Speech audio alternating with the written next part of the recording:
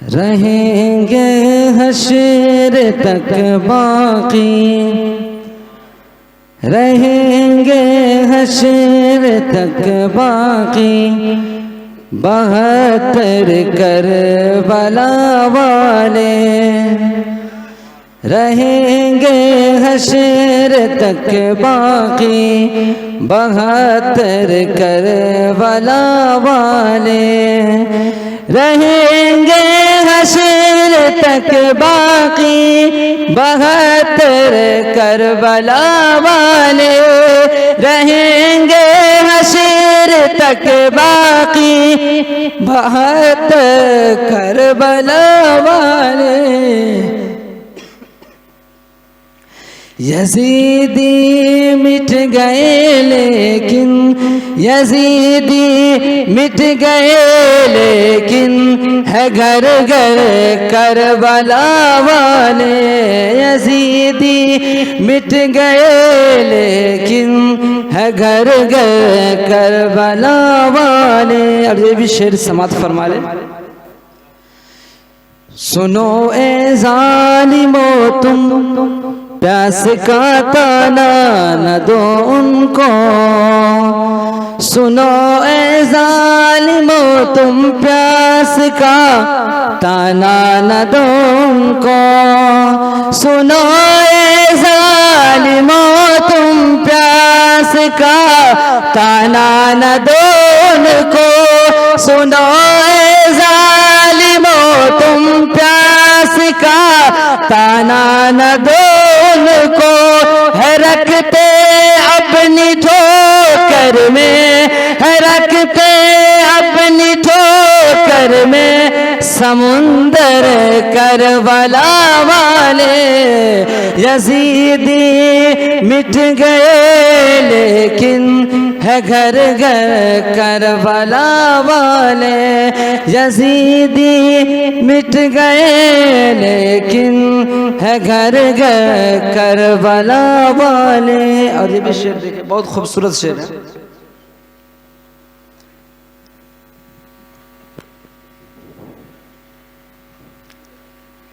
Yazidi है कि पानी पी पी कर मरते जाते हैं। यजीदी है कि पानी पी पी के मरते जाते हैं।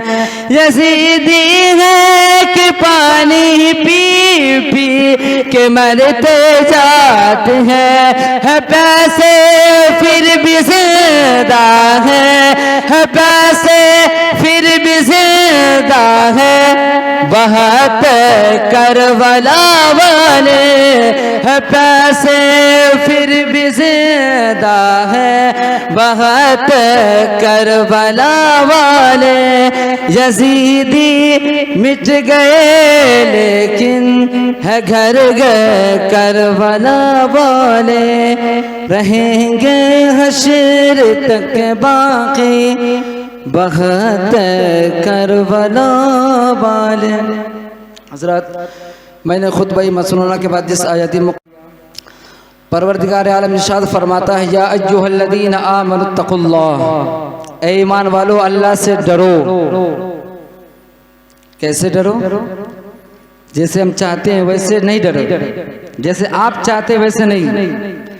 आगे मौला इरशाद फरमाता है, हक़्क़ तुक़ातिही, जैसे डरने का हक है वैसे डरो।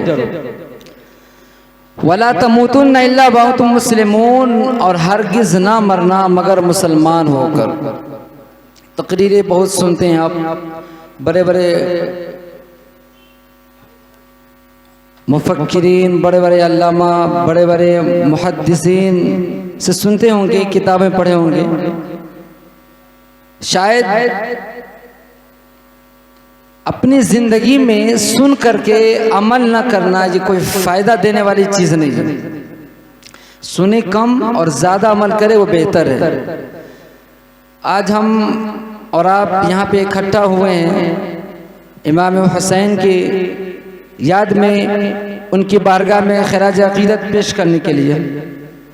चंद मिनट के लिए आपके सामने में हाजिर हो, बस 5 से 10 मिनट के अंदर आपकी सामने से। इसके बाद हजरत की खिताब होगी, या अय्युहल्लज़ीना आमनु तक़ुल्लाह हक़्क़ तुक़ातिही, ए ईमान वालों अल्लाह से डरो। कैसे डरो? जैसे डरने का हक है। कैसे डरने का हक है? कैसे मालूम चलेगा कि एक इंसान खुदा से डर रहा है, या हम अपने आप में दावा कर रहे हैं कि हम खुदा से डर रहे हैं? कैसे मालूम चलेगा? हजरत फ़क़ी अबुल लैस समरकंदी बहुत बड़े अल्लाह के वली और फ़क़ी गुजरे, और हजरत इमाम गज़ाली उन्होंने भी अपनी किताब मुकाशिफ़तुल क़ुलूब और अहयाउल उलूम में भी कोट किया कि एक इंसान कैसे मालूम चलेगा कि वाकई खुदा से डर रहा है, दावा कर रहा है कि अपने दावा में सच्चा है। कैसे मालूम चलेगा? हजरत फ़क़ी अबुल लैस समरकंदी से लोगों ने सवाल किया, कैसे मालूम चलेगा कि वाकई कोई इंसान वादा कर रहा है अपने आप से कि हम वाकई खुदा से डर रहे हैं? कैसे मालूम चलेगा? तो हजरत फ़क़ी अबुल लैस समरकंदी और हजरत इमाम गज़ाली मुकाशिफ़तुल क़ुलूब और अहयाउल उलूम में कोट किए कि जो इंसान अपनी आंखों की हिफाजत नहीं करता, नजर की हिफाजत नहीं करता, और वह कह रहा हो कि खुदा से डरते हैं या डरने के लिए दावा कर रहा हो, तो गोया वो खुदा से डरता नहीं, वो झूठ बोल रहा है अपने आप से। एक वली से किसी ने पूछा है कि मियाँ धोखा दे दिया इंसान, एक इंसान अगर आपको या हमें को धोखा दे दे कमाल नहीं है। इंसान सबसे बड़ा धोखा अपने आप को देता है। हमको क्यों पैदा किया, हमारे वजूद क्यों आई, हमारी जवानी क्यों आई, हमारा बचपना क्यों आया, मेरा बुढ़ापा क्यों आया, हमको दोनों हाथ, दो पांव, दो आंख, दो कान समाप्त करने के लिए क्यों दिया परवरदिगार। 27वां पारा की आयत थी, वमा खलक़तुल जिन्न वल इंसा इल्ला लियअबुदून। हमने इंसान और जिन्नात को सिर्फ इबादत के लिए पैदा किया। हम सब काम करते हैं सिवाय इबादत के। करते कि नहीं करती? 5 वक्त का नमाज फर्ज है, लेकिन 5 वक्त में से शायद हमें जब वक्त मिलता है तो करते। कुछ ऐसे लोग हैं जो मुलाजिम किस्म के, जो नौकरी करते हैं काफिरों के पास, ईसाइयों के पास, वो शायद ये सोच करके, ये दिल में तसव्वुर करके नमाज पढ़ने के लिए आते हैं कि ये गुमान न कर ले अब जुमा का दिन है कि मुसलमान है या नहीं। ये तसव्वुर होता है, हमारा कॉन्सेप्ट ये बन गया। मुसलमान वो हो ही नहीं सकता जो बेनमाजी हो, मुसलमान वो हो ही नहीं सकता है जो शराब पीता हो, मुसलमान वो हो ही नहीं सकता है जो जुआ खेलता हो, मुसलमान वो हो ही नहीं सकता है जो गीबत करता हो, मुसलमान वो हो ही नहीं सकता है जो दूसरों की बात को फंसाने में लगा हो, मुसलमान वो हो ही नहीं सकता है जो इबादत से गाफिल हो। अब जानते जंग करबला क्यों हुआ? इमाम हुसैन ने अपनी गर्दन को दे दी लेकिन अपनी सर नहीं दी, सर झुकने नहीं दिए। क्यों? यजीद यही चाहता था, मनमानी यही चाहता था, जो मैं चाह रहा हूं वो हो, शरीयत को तबीयत से चलाना चाहता था। लेकिन इमाम हुसैन ने वो नहीं चाहा। इमाम हुसैन को जब बुलाया गया कूफा के गवर्नर हॉल में, उन्होंने कहा कि आप बैठ ले। इमाम हुसैन कहते नहीं, मैं क्यों बैठ लूं? आप खुले आम लोगों के सामने में कहे ना, लोग जब तसव्वुर, लोग जब कबूल कर लेंगे, मान लेंगे तो हमें मानने में कोई दिक्कत नहीं। यजीद को मालूम था कि इमाम हुसैन मान लेंगे, इमाम हुसैन को मान लेने के बाद कोई ये नहीं कहेगा कि नहीं मानेंगे, सब मान लेंगे। इसलिए यजीद का पहला मकसद यही था कि इमाम हुसैन को मनवा ले, लेकिन इमाम हुसैन मानने के लिए तैयार नहीं थे। यजीद वो कारनामा अंजाम दिया, मदीना शरीफ, मदीना मुनव्वरा में घोड़ों को बंधवाया, घोड़ों से लीद पाखाना पेशाब करवाया मस्जिद नबवी में, और शराब पीना आम कर दिया था, माँ से शादी करना आम कर दिया था, लड़कियों को नंगा नचवाना आम कर दिया था। इतनी बुराइयां का शुरुआत वो कर दिया था। इमाम हुसैन ने उनकी बात को तस्लीम नहीं की। कैसे बैत कर लेते, कैसे तबूस कर लेते? वो आका सल्लम जिन्होंने गालियां सुन सुनकर दीन को आज तक यहाँ तक फैलाए, इमाम हुसैन ने कभी ये नहीं चाहा कि नाना के दीन को कोई अपनी तबीयत के मुताबिक चलाए। इसलिए इमाम हुसैन ने गालियां तो दे दी, लेकिन अपनी सर को या अपनी बात को यजीद के ऊपर नहीं माने। आज हम क्या करते हैं? उलमा आपके सामने में बात रखते हैं, हम कान से सुनते हैं, वो कान से निकाल लेते। क्या यही कॉन्सेप्ट है मेरा? हम इसलिए आए हैं यहाँ पे, हमारी जवानी किस लिए दी गई है, जवानी दी गई है इबादत करने के लिए, जवानी दी गई है इल्म हासिल करने के लिए, जवानी दी गई है हमको इबादत करने के लिए। जवानी इसलिए नहीं दी गई कि नुक्कड़ में बैठ करके गप्पे लगाने के लिए, जवानी इसलिए नहीं दी गई हमको कि पबजी खेलने के लिए, जवानी इसलिए नहीं दी गई है अय्याशी करने के लिए, जवानी इसलिए नहीं दी गई है कि लोगों के बात को इधर से उधर करने के लिए, जवानी इसलिए नहीं दी गई कि फटा हुआ जींस पहन करके गली नुक्कड़ों को बैठ करके दूसरों की बुराइयां करने के लिए, जवानी इसलिए नहीं दी गई हमको घूमने के लिए, जवानी इसलिए नहीं दी गई इबादत करने के लिए दी गई हमारी जवानी। हम आप क्या सोचते हैं कि जब हमारी उम्र 50-55 साल की हो जाएगी उसके बाद मस्जिद के कोना पकड़ करके बैठ करके अल्लाह उसके रसूल का जिक्र करेंगे तो क्या खुदा की बारगाह में मकबूल हो जाएंगे? सबसे ज्यादा उस परवरदिगार को नौजवान का तौबा पसंद है, सबसे ज्यादा उस खल्लाक़े कायनात को उस नौजवान की इबादत जो रात की तन्हाइयों में अपने रब के हुजूर बारगाह में मुसल्ली बिछा करके रोते, ए मौला आज दिन भर कितनी इबादत करनी चाहिए, मैं कर न सका, लेकिन तो अपने गफ्फारी और सत्तारी के सदक़े में मेरे गुनाहों की मग़फ़िरत फरमा। कितनी मर्तबा हमें ऐसा सोचते, हमारे कॉन्सेप्ट ऐसा नहीं आता, मेरे जहन में भी ये बात नहीं आती, मेरे दिल में वहनो गुमान में भी ये बात नहीं आती। अब जो इंसान नजर की हिफाजत नहीं करता गोया वो झूठ बोल रहा हो।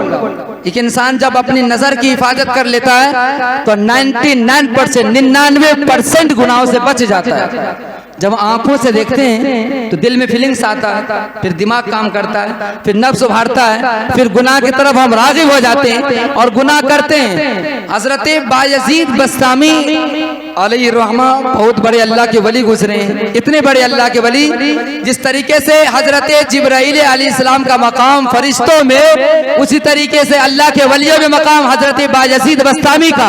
वो बायजीद बस्तामी जिन्होंने 40 साल जंगलों बयाबानों सहराओं का सफर करके खुदा उसके रसूल का जिक्र किए, मार्फत इलाही के लिए, अल्लाह का वली बनने के लिए। हजरत बायजीद बस्तामी कहते हैं कि मुसलसल 40 साल में रोजा रहा, जंगलों में रह करके पत्तों को खा करके सहरी करता था और अफ्तारी में पानी पी करके अफ्तारी करता था। उसके बाद में अल्लाह का वली बना।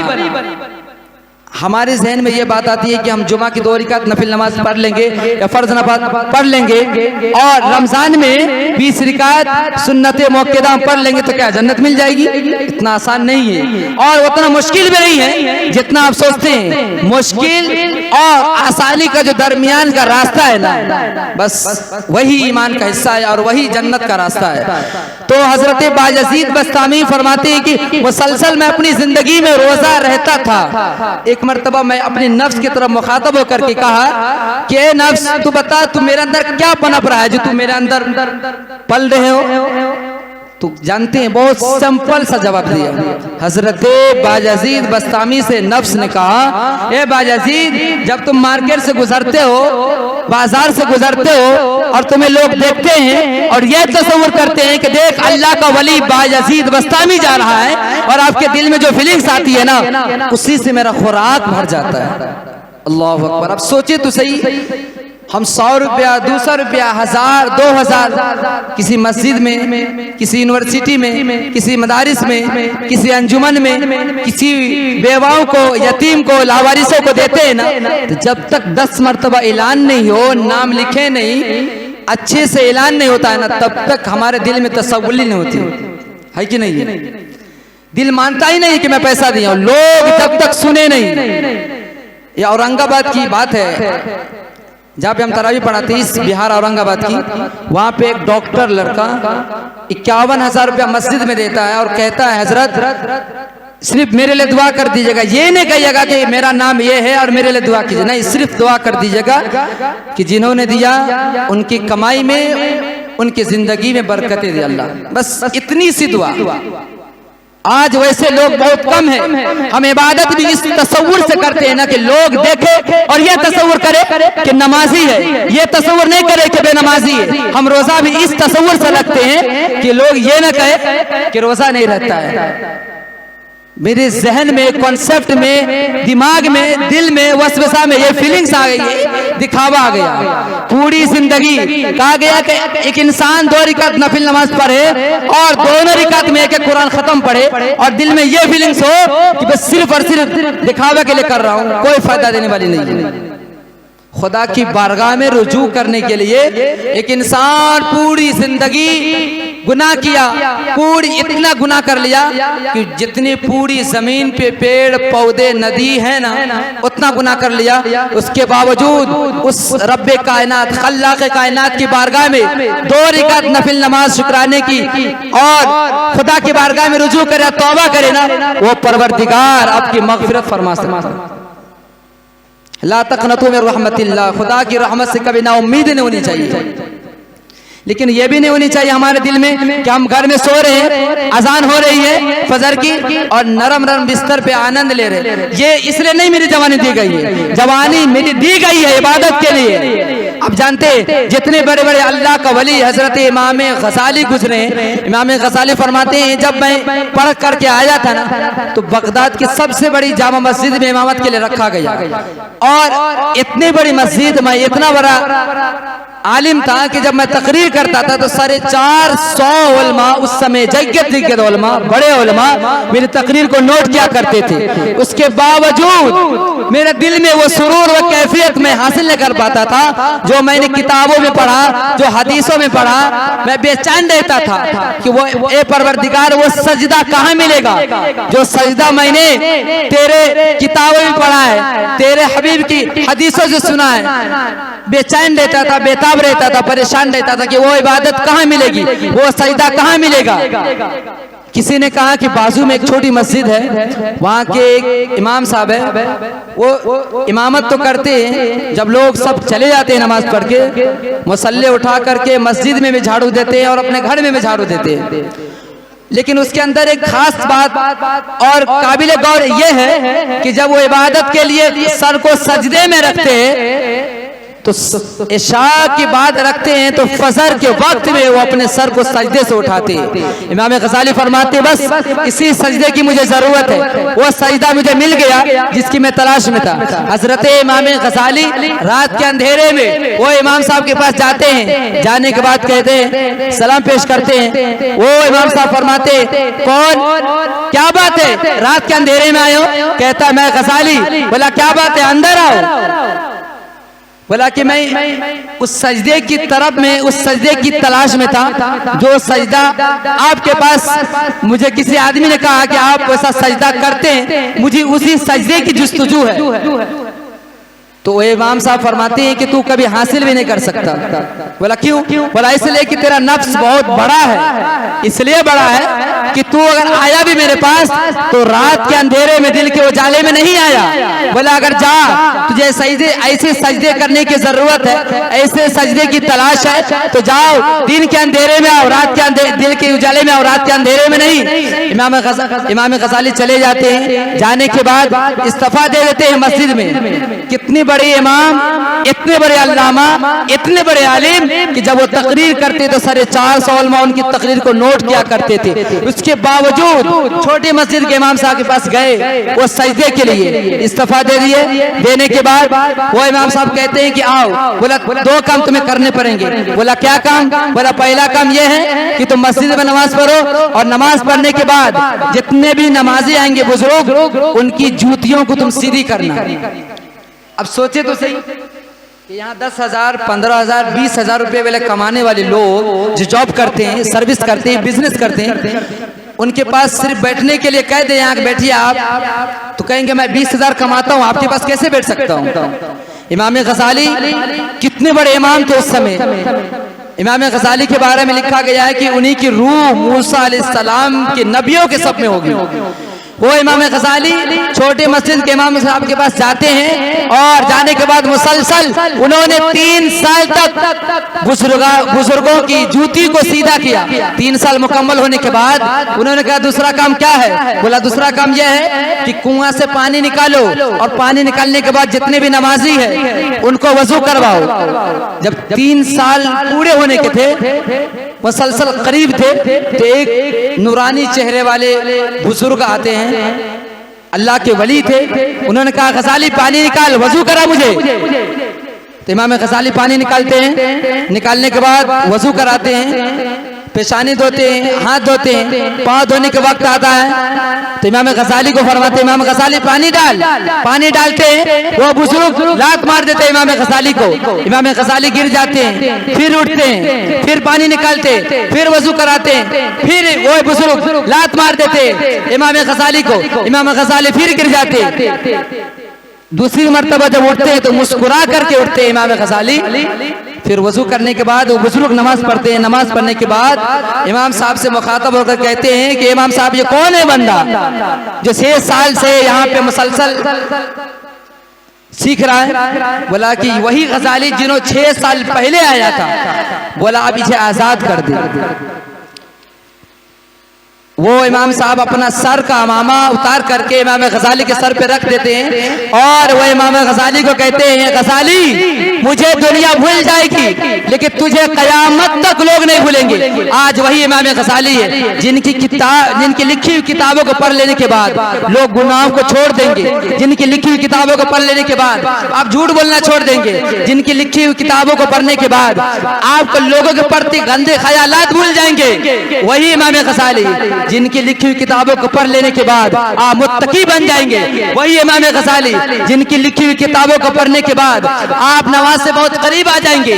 वही इमाम गजाली जिनकी लिखी हुई किताबों को पढ़ने के बाद आप खुदा के जिक्र के बहुत करीब आ जाएंगे। वही इमाम गजाली जिनकी लिखी हुई किताबों को पढ़ लेने के बाद आप अल्लाह का वली का मकाम हासिल कर सकते हैं। वक्त नहीं है, बस इन्हीं चंद बातों के साथ अपनी बात को तमाम करता हूँ। हमको कहने में आपके सुनने में किसी तरह की गलती हो गई हो, खुदा की बारगाह में रुजू करते अस्तगफिरुल्लाह रब्बी मिन कुल्लि ज़ंबि व अतूबु इलैहि, पढ़े ला इलाहा इल्लल्लाह मुहम्मदुर रसूलुल्लाह व मा अलैना इल्लल बलाग। अस्सलामु अलैकुम।